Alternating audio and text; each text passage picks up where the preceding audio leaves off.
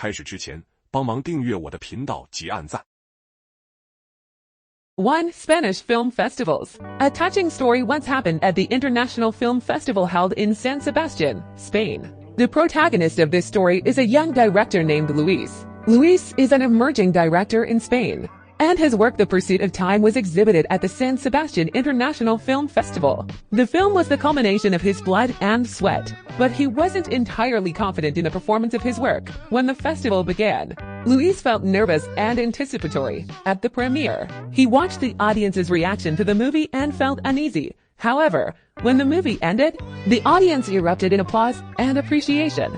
Luis felt a huge pressure lifted and his work was recognized by audiences and critics. He participated in a Q&A session with critics and shared the inspiration for his creations and the stories behind them with the audience during the festival. Luis met many other directors and film and television practitioners from different countries. They exchanged ideas and shared creative experiences, which had a profound impact on his creations.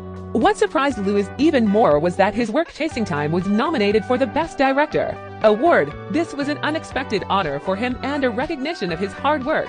During this special day, Luis not only demonstrated his film talent, but also deeply experienced the influence and importance of communication brought by the film festival. This story is not only a director's path to success, but also the inspiration and resonance brought by the Spanish International Film Festival. 2. The longest river in Spain. The Guadalquivir, the longest river in Spain, holds many amazing stories. One of the stories worth mentioning happened in an old cafe in Seville. In this cafe, an old fisherman named Antonio often comes to sit here.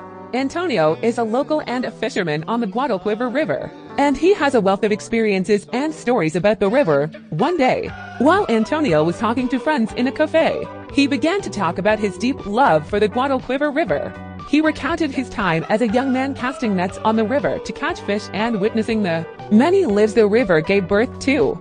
Antonio mentioned that the Guadalquivir River is the longest river in Spain and flows through many cities and villages in Andalusia. He shared the importance of rivers in local people's lives, especially the role they play in agriculture, water supply, and culture. He recalled the beautiful scenery along the river, where the river flowed through mountains and scenic plains, bringing life and fertility to the land. He mentioned the boats on the river and the busy docks on its banks, bustling with commerce and trading activity. The audience present was deeply attracted by Antonio's story. They were brought into the old fisherman's memories and felt the deep emotion and connection with the Guadalquivir River. This story is not only the memory of a fisherman, but also the embodiment of the history and culture behind the Guadalquivir River. It witnesses the deep emotional connection between people in southern Spain and this long river, and also makes people cherish the natural resources and beautiful scenery of this land even more. 3. Spanish olive oil. In Spain, olive oil is a product with a long history and cultural significance, and one of the special stories happened in an olive oil mill in a small village. In the countryside of Andalusia, there is an olive oil factory with a long history, passed down from generation to generation by a family called Carmen. This factory is world famous for its excellent olive oil and is a source of pride for the local residents. Carmen's grandparents and parents are olive growers and oil presses, and they have deep experience and knowledge in the production of olive oil. Carmen has spent her childhood in olive groves and oil mills, learning the skills of selecting, harvesting, and pressing oil from her ancestors. One autumn, when the olive ripe season came, Carmen and her family began the busy olive harvest work. The entire village is filled with harvest joy and energy as people come together to help harvest the olives, demonstrating the unity and cooperation of Spanish rural communities. After the harvest is complete, the olives enter the oil mill and the oil pressing process begins. Carmen operates the oil pressing machine with her family to transform the olives into fragrant olive oil. This process is steeped in tradition and technology, and every drop of olive oil carries their respect and honor for their craft. When their olive oil is finished, Carmen takes it to local markets and shops to sell. She shares her family's story and the quality of her olive oil with her customers. People praise this factory's olive oil for its unique flavor and quality. This story is not only one family's dedication and legacy to olive oil making, but also represents the importance and value of the Spanish olive oil industry. The Carmen family's love and dedication to olive oil production have made the village proud, and its olive oil well known for Barcelona's unique architecture. In Barcelona, there is a striking building called Casa Batlló. This building is one of the works of the famous architect Antoni Gaudí and has an amazing story behind it. The protagonist of the story is a young artist named Jacob who is passionate about architecture and art. During an unexpected trip to Barcelona, Jacob came to Casa Batlló and was attracted by the uniqueness and wonder of the building. When he walked into the building, he was surprised by its unique style and Gaudí's creativity, from the exterior to the interior design. Every detail demonstrates Gaudí's unique artistic style and exquisite craftsmanship. Jacob was struck by the building and decided to learn more about the story behind it.